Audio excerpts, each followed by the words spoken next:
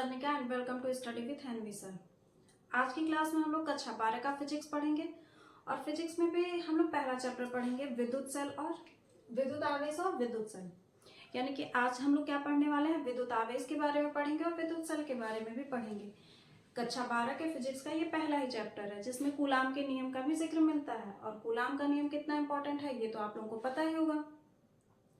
तो चलिए आइए हम लोग क्या करते हैं, शुरुआत करते हैं आज की क्लास की कि विद्युत आवेश क्या होता है। तो विद्युत आवेश होता क्या है, विद्युत आवेश क्या होता है। विद्युत आवेश किसी पदार्थ का वह गुण होता है, यानी कि किसी भी पदार्थ का वह गुण जिसके कारण उस पदार्थ में चुंबकीय या विद्युत प्रभाव उत्पन्न हो जाए। ठीक है, तो विद्युत आवेश क्या होता है, किसी भी पदार्थ का वह गुण जिसके कारण उस पदार्थ में चुंबकीय या तो विद्युत गुण उत्पन्न हो जाए। ठीक है, तो हम लोग देख लेते हैं कि विद्युत आवेश होता क्या है।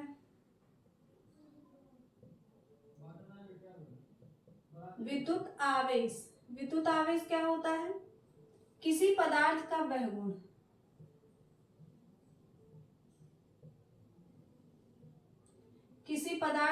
गुण जिसके कारण उस पदार्थ में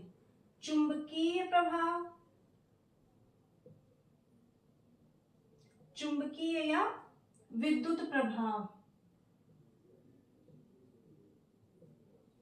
क्या हो जाए, उत्पन्न हो जाए। यानी कि किसी पदार्थ का वह गुण जिसके कारण, यानी कि किसी भी पदार्थ में ये गुण क्या होगा, उपस्थित होता है जिसके कारण उस पदार्थ में क्या हो जाए, या तो चुंबकीय प्रभाव उत्पन्न हो जाए या तो विद्युत प्रभाव उत्पन्न हो जाए। वही गुण हमारा क्या कहलाता है, विद्युत आवेश कहलाता है। ठीक है, तो विद्युत आवेश की आप लोग पूरी परिभाषा लिखेंगे कि किसी भी पदार्थ का वह गुण जिसके कारण उस पदार्थ में चुंबकीय प्रभाव अथवा विद्युत प्रभाव उत्पन्न हो जाए वह क्या कहलाता है, विद्युत आवेश कहलाता है। ठीक है, तो विद्युत आवेश की हम लोगों ने क्या देखा, परिभाषा को देखा। अब जब विद्युत आवेश की परिभाषा को देख लिया तो आवेश हमारा कितने प्रकार का होता है। ठीक है, आवेश हमारा कितने प्रकार का होता है, यानी कि विद्युत आवेश हमारा कितने प्रकार का होता है, 2 प्रकार का होता है। और 2 प्रकार का भी होता है, उसको क्या कहते हैं, एक होता है धनात्मक आवेश और एक होता है ऋणात्मक आवेश। एक होता है धनात्मक आवेश और दूसरा क्या होता है, ऋणात्मक आवेश।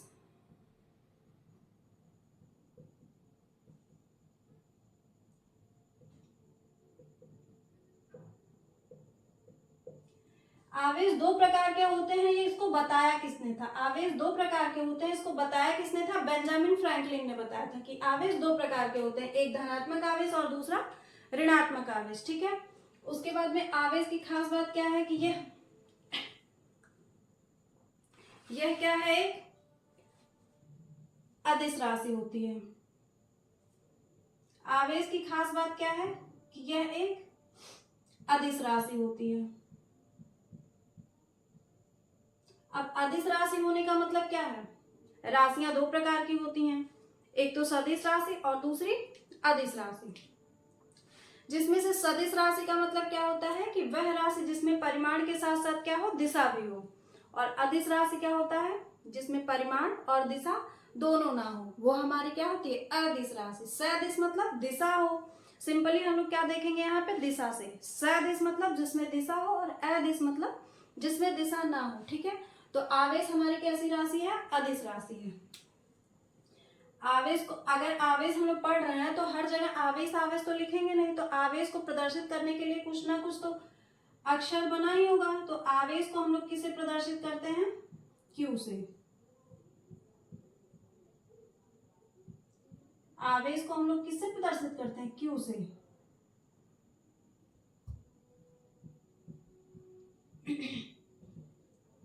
आवेश को हम लोग किससे प्रदर्शित करते हैं, क्यू से प्रदर्शित करते हैं। ठीक है, अब यहाँ पे देखते हैं हम लोग आवेश जो 2 प्रकार का होता था, एक धनात्मक और एक ऋणात्मक। अब मान लीजिए हम लोगों ने 2 आवेश को ले लिया और दोनों कैसा है, प्लस प्लस है। उसके बाद मान लीजिए हमने 2 ऋण को ले लिया, यानी माइनस आवेश को ले लिया। तो अब ये कैसे हो गए, सजातीय आवेश है। भाई प्लस प्लस को लिया है तो सेम एक ही कैटेगरी के, यानी सजातीय। या तो माइनस माइनस को लिया तो ये भी क्या हो जाएंगे, सजातीय। यानी कि जो हमारे सजातीय आवेश होते हैं उनमें क्या होता है, हमेशा प्रतिकर्षण होता है। इसको आप लोग अच्छे से जानते होंगे, हम लोग बहुत पहले से इसको पढ़ते आ रहे हैं कि सजातीय यानी कि समान ध्रुवों के बीच में, हम लोग चुंबक में भी यही देखते हैं कि समान ध्रुवों के बीच में क्या होता है, प्रतिकर्षण होता है। तो वैसे यहाँ पे भी है कि जो प्लस प्लस यानी धनात्मक आवेश या तो ऋणात्मक आवेश यानी समान आवेशों के बीच में क्या होता है, प्रतिकर्षण होता है। जबकि अगर हम लोग विपरीत आवेश को लेते हैं, जैसे एक प्लस और एक माइनस, या तो एक माइनस और दूसरा प्लस, तो अब ये कैसे हैं, विजातीय है यानी दूसरी जाति के हैं। भाई एक प्लस है तो दूसरा माइनस है, तो विजातीय आवेश यानी कि भिन्न आवेशों के बीच में क्या होता है, आकर्षण होता है, आकर्षण होता है। ठीक है, तो सजातीय आवेशों के बीच में क्या होता है, प्रतिकर्षण होता है, और विजातीय आवेशों के बीच में क्या होता है, आकर्षण होता है। आप लोग ऐसे भी देख लीजिए कि मेल्स और फीमेल्स के बीच में क्या होता है, हमेशा आकर्षण होता है, जबकि मेल मेल या फीमेल्स फीमेल्स के बीच में क्या होता है, आकर्षण नहीं होता है। हाँ, हालांकि होता है कुछ कंडीशंस में, लेकिन वो क्या होता है, एक डिसऑर्डर होता है। ठीक है, तो आप लोग इसको रिलेट कर पा रहे होंगे कि सजातीय के बीच में क्या होगा, प्रतिकर्षण होगा, और विजातियों के बीच में क्या होगा, आकर्षण होगा। ये थी क्या, आवेश की बात। आवेश था क्या, किसी पदार्थ का वह गुण था जिसके कारण उसमें यानी कि उस पदार्थ में चुंबकीय अथवा विद्युत प्रभाव उत्पन्न हो जा रहा था। उसके बाद जब हम लोगों ने आवेश को पढ़ लिया, तो आवेश कितने प्रकार का हो रहा था, 2 प्रकार का। इसको बताया किसने था, बेंजामिन फ्रैंकलिन महोदय ने बताया था कि आवेश हमारा 2 प्रकार का होता है, और वो 2 क्या है, या तो प्लस होगा और या तो माइनस होगा। अब अगर सिर्फ 2 आवेश होते हैं तो हम दोनों को अगर पास ला रहे हैं, यानी कि एक बार हम 2 प्लस आवेश को पास ला रहे हैं, तो क्या हो रहा है, हम दोनों एक दूसरे से दूर भाग रहे हैं। या तो हम 2 ऋणात्मक वाले को पास ले आ रहे हैं, तो भी क्या हो रहा है, वो भी एक दूसरे से दूर भाग रहे हैं। तब उन लोगों ने सोचा कि एक बार एक को प्लस को और दूसरे माइनस को पास लेके आते, तो क्या हो गए, दोनों आपस में चिपक गए। सेम वही होता माइनस प्लस के साथ में। तो इसी से यह निष्कर्ष निकला कि सजातीय आवेश या समान आवेशों के बीच में जो होता है वो प्रतिकर्षण होता है, जबकि विपरीत आवेशों के बीच में क्या होता है, आकर्षण होता है। ठीक है, आवेश हमारा अदिश राशि होती है, यानी आवेश के प्रवाह के लिए हमको दिशा की जरूरत नहीं होती है। ठीक है, और जब ये कैसे है, इसे किससे प्रदर्शित करते हैं, क्यू से प्रदर्शित करते हैं आवेश को। उसके बाद में हम लोग एक फॉर्मूला जानते हैं कि क्यू बराबर क्या होता है, एन ई। क्यू बराबर क्या होता है, एन ई। अब अगर ये फार्मूला हम लोग जानते हैं, तो यहाँ पे ये भी हमको जानना पड़ेगा कि यहाँ पे एन क्या होता है और ई क्या होता है। ठीक है, एन क्या होता है और ई क्या होता है। एन क्या होता है, इलेक्ट्रॉनों की संख्या। यहाँ पे एन क्या होता है, इलेक्ट्रॉनों की संख्या, और ई क्या होता है, इलेक्ट्रॉन पर आवेश। और इलेक्ट्रॉन पर जो हमारे आवेश होता है वो सबको पता है कि 1.6 इंटू 10⁻⁻19 कूलाम का आवेश होता है। ठीक है, क्यू बराबर एन ई, और एन बराबर होता है इलेक्ट्रॉन। एन का मतलब इलेक्ट्रॉनों की संख्या, और ई का मतलब क्या होता है, इलेक्ट्रॉन पर आवेश, जिसका मान क्या होता है 1.6 इंटू 10⁻⁻19 कूलाम।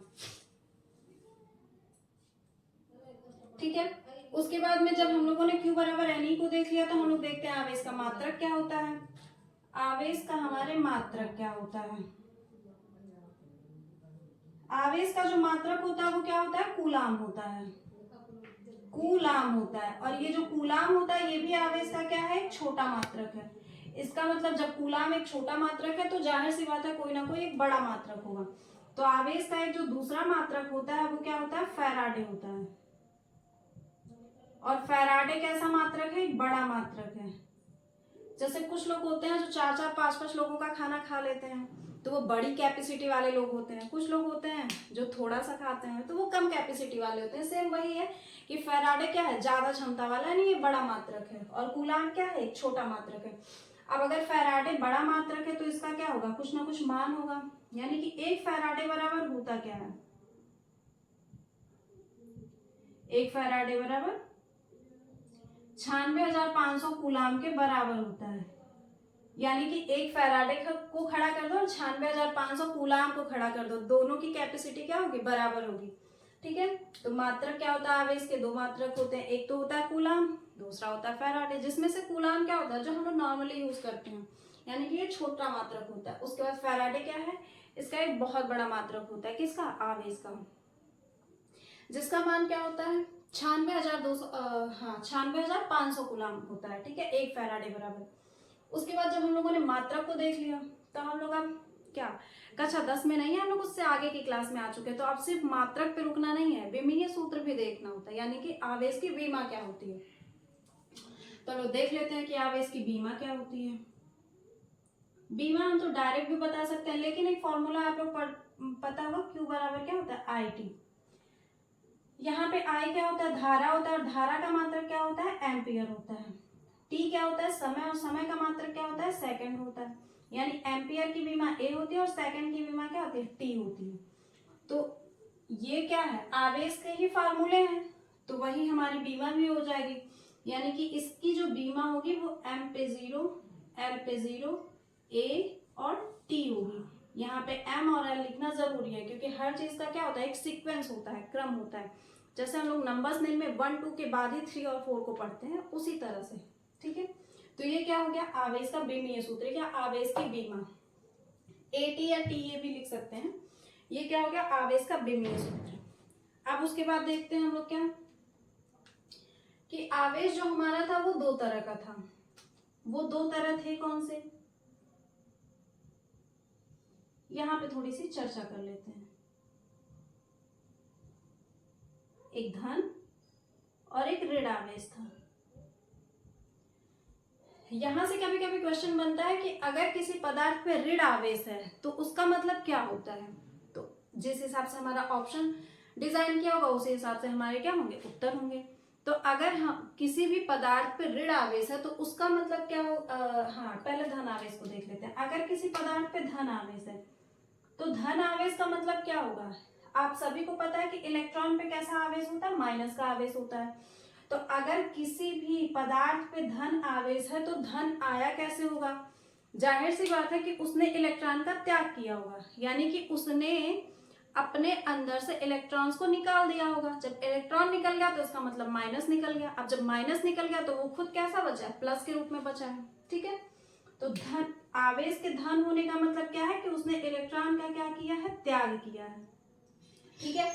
अब अगर इलेक्ट्रॉन का त्याग किया तो उसके पास या तो क्या कहेंगे, इलेक्ट्रॉन की उसके पास क्या हो गई, कमी।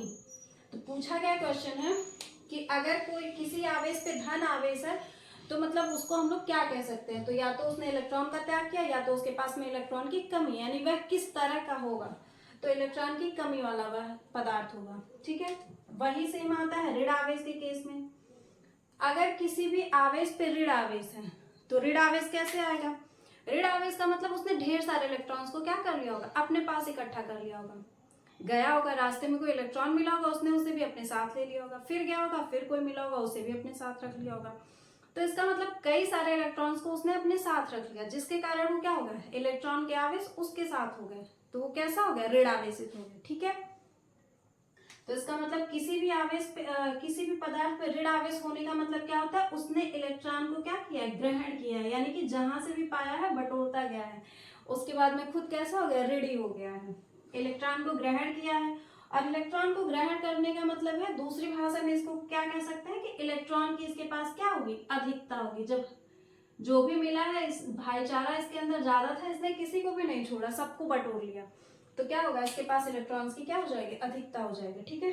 तो आवेश हमारा जो धन आवेश होता था, धन होने का मतलब हम लोग कह सकते हैं कि उसने इलेक्ट्रॉन्स का त्याग किया होगा, और अगर इलेक्ट्रॉन का त्याग किया होगा तो इसका मतलब कि उसके पास में इलेक्ट्रॉन की कमी होगी। और अगर उसने इलेक्ट्रॉन को उसके पास में ऋण आवेश है तो इससे हम लोग निष्कर्ष निकाल सकते हैं कि उस पदार्थ ने इलेक्ट्रॉन को ग्रहण किया होगा, या तो उसके पास में इलेक्ट्रॉन की बहुत सारी अधिकता होगी, तभी उसके ऊपर क्या आया, हमारा ऋण आवेश आया है, ठीक है। तो हम लोग पहले इसको फिर से एक बार रिवाइज करते हैं, उसके बाद में हम लोग देखते हैं कि आवेश के क्या क्या गुण होते हैं, ठीक है। तो हम लोगों ने क्या पढ़ा, आवेश को पढ़ा। आवेश क्या है, किसी भी पदार्थ का वह गुण है जिसके कारण उस पदार्थ में विद्युत प्रभाव अथवा चुंबकीय प्रभाव उत्पन्न हो जाए। आवेश कितने प्रकार के होते हैं, 2 प्रकार के होते हैं। बताया किसने था, बेंजामिन फ्रैंकलिन ने बताया था। ये 2 प्रकार होते कौन से हैं, एक तो धन आवेश और दूसरा ऋण आवेश होता है। उसके बाद में हम लोग क्या देखे थे, यहाँ पे हम लोगों ने देखा था मात्रक, यह एक कैसी राशि होती है, अदिश राशि होती है, यानी कि इसके लिए दिशा नहीं चाहिए, ये कहीं पे भी बेपरवाह रूप से चलता चला जाएगा, ठीक है। और इसे प्रदर्शित किससे करते हैं, स्मॉल क्यू से। मात्रक क्या होता है, कूलम होता है, क्यू बराबर एन ई होता है, जहाँ पे एन बराबर इलेक्ट्रॉनों की संख्या और ई क्या होता है, इलेक्ट्रॉन पे आवेश, जिसको हम लोग पढ़ रहे हैं, ठीक है। उसके बाद हम लोग देखते हैं आवेश के गुण क्या क्या होते हैं, यानी कि अगर हमको देखना हो कि आवेश में क्या क्या क्वालिटीज होती हैं तो हम लोग क्या करेंगे, देखते हैं उसको। इलेक्ट्रॉन में कई गुण होते हैं,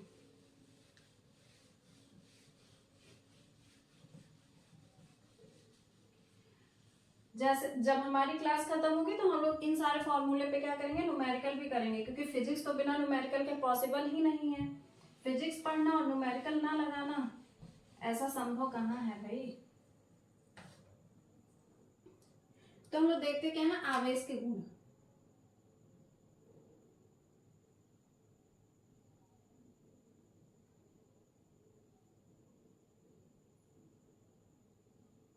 आवेश के गुण में जो हमारा पहला गुण हो जाएगा वो ही क्या हो जाएगा, आवेश का क्वांटीकरण हो जाएगा। आवेश का क्वांटीकरण,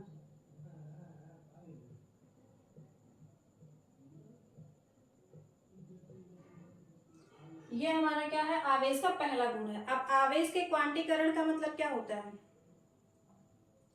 अभी हमने बताया है, पहले यहां समझ लेते हैं।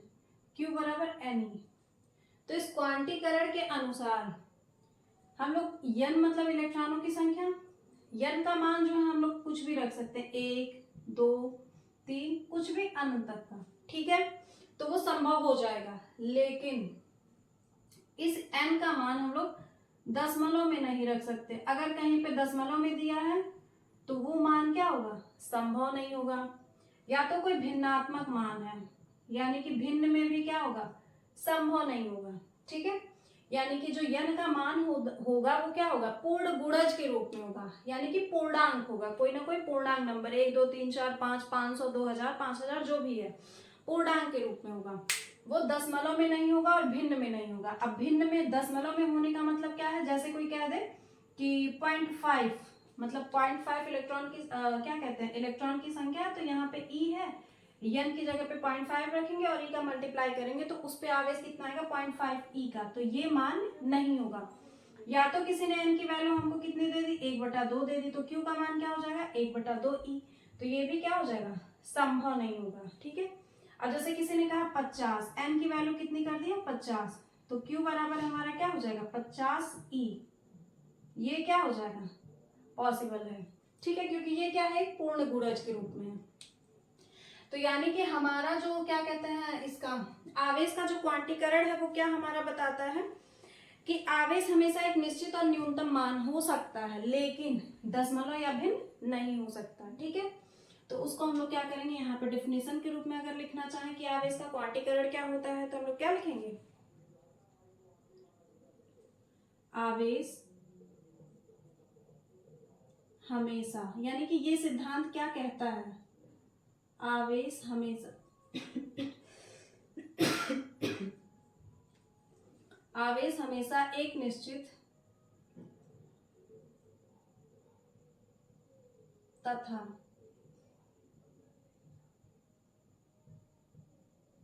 न्यूनतम मान का पूर्ण गुणज होता है।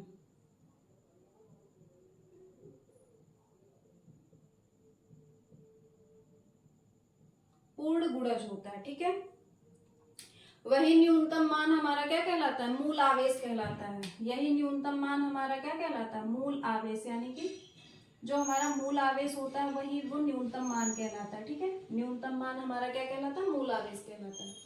ये हो गया आवेश का क्वांटीकरण, यानी कि आवेश के क्वांटीकरण को आप लोगों ने समझा होगा कि आवेश के क्वांटीकरण क्या है, आवेश का एक गुण है, जिसमें हम लोग क्या सीखते हैं आवेश के बारे में। ये कौन सा गुण है भाई, आवेश का मान या आवेश हमेशा एक निश्चित और न्यूनतम मान का ही गुणज हो सकता है, यानी कि ये डेसिमल यानी कि क्या कहते हैं, भिन्न में नहीं हो सकता।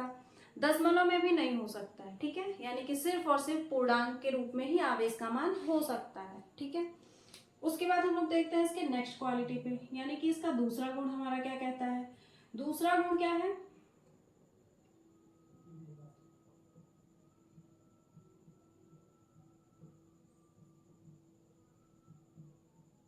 आवेश संरक्षण। संरक्षण आप लोगों को अच्छे से पता होगा, संरक्षण मतलब रक्षा करना, ठीक है। अब रक्षा करने का मतलब क्या है कि आवेश को ना तो उत्पन्न किया जा सकता और ना ही नष्ट किया जा सकता है, ठीक है। मतलब आवेश को ना तो हम उत्पन्न कर सकते हैं, या तो कहीं पे मिल गया तो हम उसको नष्ट भी नहीं कर पाएंगे, ठीक है। सिर्फ उसको एक रूप से दूसरे रूप में हम क्या कर सकते हैं, परिवर्तित कर सकते हैं। यही हमारा क्या कहलाता है, आवेश संरक्षण का नियम, जो कि क्या है, आवेश का एक गुण है, ठीक है। तो क्या कहेंगे हम आवेश संरक्षण में कि आवेश को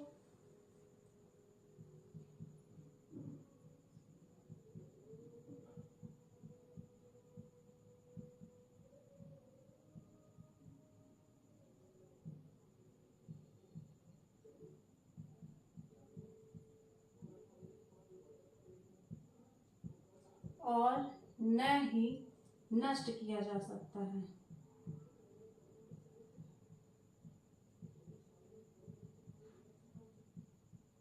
बस एक रूप में, सिर्फ एक रूप से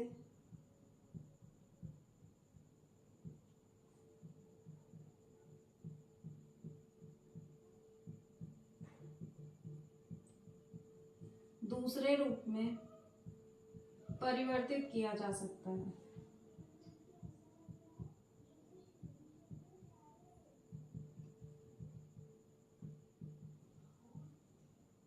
ये हमारा क्या है, आवेश संरक्षण। तो आवेश के गुण में हम लोगों ने आवेश के दो गुणों को देखा। एक आवेश का क्वांटीकरण, जो कि क्या बताता है कि आवेश का मान हमेशा क्या हो सकता है, एक पूर्ण गुणज के रूप में हो सकता है। अगला नियम क्या बताता है, अगला जो गुण है वो क्या है, आवेश संरक्षण का गुण है, जो ये बताता है कि आवेश को हम ना तो उत्पन्न कर सकते हैं और ना ही नष्ट कर सकते हैं। बस एक फॉर्मेट से दूसरे फॉर्मेट में बस उसको हम लोग चेंज कर सकते हैं, ठीक है। उसके बाद में इसके तीसरे गुण की हम लोग बात करते हैं। आवेश का जो तीसरा गुण है वो क्या बताता है, आवेश का योज्यता नियम।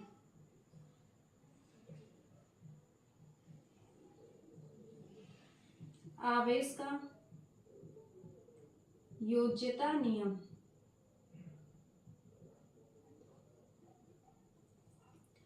इसको समझने के लिए हम यहाँ पे देखते हैं। पहले मान लीजिए कोई पदार्थ है, ठीक है, पदार्थ मतलब निकाय या पदार्थ कुछ भी है, इसमें कुछ आवेश है। मान लीजिए Q1 आवेश है, -Q2 आवेश है, +Q3 आवेश है, -Q4 +Q5 और -Q6। ये क्या है, कुछ आवेश है। अब मान लीजिए हम आप लोगों से पूछते हैं कि इस निकाय का कुल आवेश कितना होगा, यानी कि इस पदार्थ का कुल आवेश कितना होगा, तो जाहिर सी बात है आप सभी लोग बताएंगे कि हम सभी आवेशों को जो भी अलग अलग दिए गए उन सबको जोड़ दें, वही उस निकाय का क्या हो जाएगा, संपूर्ण आवेश हो जाएगा। तो जैसे हो जाएगा Q1, अब ये माइनस के साथ में तो माइनस के साथ जुड़ेगा, और +Q3 है जो माइनस के साथ में होगा वो तो माइनस के साथ में जुड़ता ही है। यही क्या होगा, इस संपूर्ण निकाय का आवेश होगा, ठीक है। यही हमारा योज्यता नियम भी बताता है, यही हमारा क्या कहलाता है, योज्यता नियम भी बताता है कि किसी भी निकाय में उपस्थित कुल आवेश, किसी भी निकाय में उपस्थित कुल आवेश, यानी जो अभी हमने कहा है ये क्या हो जाएगा, कुल आवेश के बराबर ही तो होगा। भाई उसमें कुछ टुकड़े टुकड़े में अगर आवेश दिए गए हैं उन सबको जोड़ देंगे तो जो टोटल वाले आवेश के बराबर वही तो होगा। तो किसी भी निकाय में उपस्थित कुल आवेश, उस निकाय में किसी भी निकाय में उपस्थित कुल आवेश उस निकाय में उपस्थित भिन्न भिन्न आवेशों के योग के क्या होता है, बराबर होता है। इसको आप लोग नोट कर लेंगे।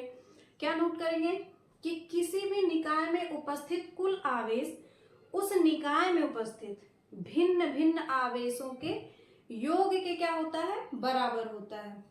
यही हमारा क्या कहलाता है, आवेश का योज्यता नियम, कि हम लोग क्या करेंगे, सभी आवेशों को जोड़ेंगे, वही क्या हो जाएगा, कुल आवेश के बराबर हो जाएगा, ठीक है। यानी कि किसी भी निकाय में उपस्थित कुल आवेश उस निकाय में उपस्थित भिन्न भिन्न आवेशों के योग के क्या होता है, बराबर होता है, ठीक है। ये क्या कहलाता है, आवेश का योज्यता नियम। उसके बाद एक जो लास्ट इसका गुण बचता है, किसका? आवेश का। आवेश पर वेग का प्रभाव।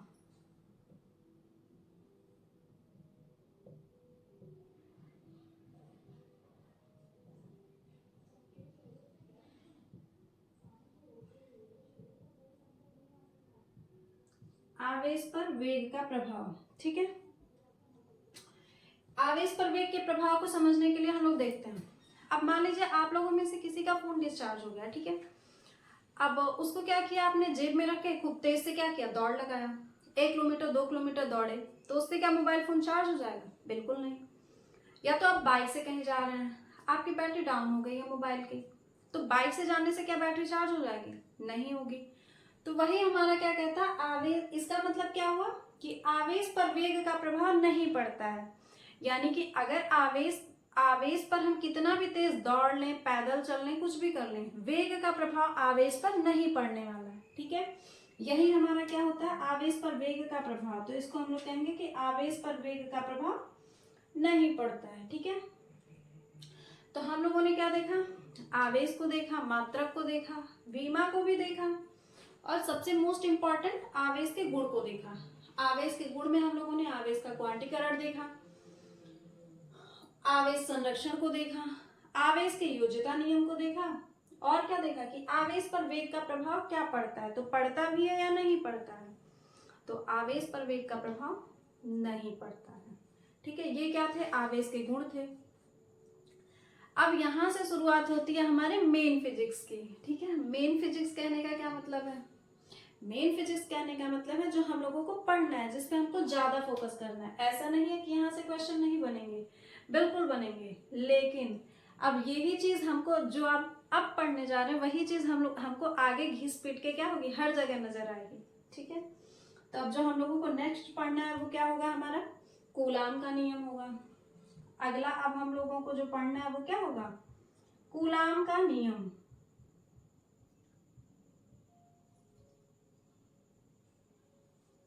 कूलाम का नियम क्या कहता है? कूलाम के नियम पे हम लोग आज चर्चा नहीं करेंगे, लेकिन थोड़ा बहुत इंट्रोडक्शन देख लेते हैं। तो कूलाम का नियम हमारा कहता है क्या? मान लीजिए दो Q1 और Q2 दो आवेश हैं, इन दोनों के बीच की दूरी को अगर R हम लोग ले लें, ठीक है। Q1 और Q2 यदि दो आवेश एक दूसरे से कुछ दूरी पर रखे और वो दूरी कितनी हो? R हो, यानी कुछ दूरी पर रखे हो, तो उनके बीच यानी कि Q1 और Q2 इन दोनों के बीच क्या होता है? एक बल कार्य करने लगता है। क्या होता है? एक बल कार्य करने लगता है। और वो बल क्या हो सकता है? या तो आकर्षण का हो सकता है, या तो प्रतिकर्षण का भी हो सकता है। आकर्षण या प्रतिकर्षण का।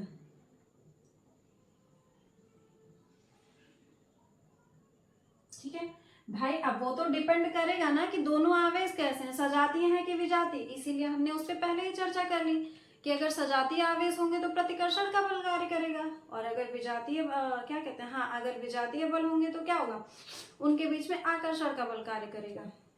तो यही हमारा क्या होता है? कूलाम का नियम होता है। और मेन फिजिक्स की शुरुआत भी हमारी यहीं से होती है कि यदि दो आवेशों के बीच में, यदि दो आवेशों को एक दूसरे से कुछ दूरी पर रखा जाए तो उन दोनों के बीच में एक बल प्रभावी हो जाता है, यानी कि एक बल कार्य करने लगता है। और वो बल भी कैसा होता है? या तो आकर्षण का हो सकता है, या तो प्रतिकर्षण का हो सकता है, ठीक है। यही क्या कहलाता है? कूलाम का नियम कहलाता है। और इसी को कूलाम महोदय ने एक फॉर्मल वे में दे दिया था, तो वो क्या बन जाता है? एक फॉर्मूला बन जाता है, जिसकी चर्चा हम लोग अगले वीडियो में क्या करेंगे? डिटेल से करेंगे। तो तब तक आप लोग आवेश को समझिएगा, आवेश की प्रॉपर्टीज यानी गुणों को समझिएगा, और भी जो भी हम लोगों ने आज की क्लास में डिस्कस करी है, उम्मीद करते हैं आप लोग उसको रिवाइज कर लेंगे। उसके बाद हम लोग कूलाम के नियम पे कल चर्चाएं करेंगे। तब तक के लिए थैंक यू।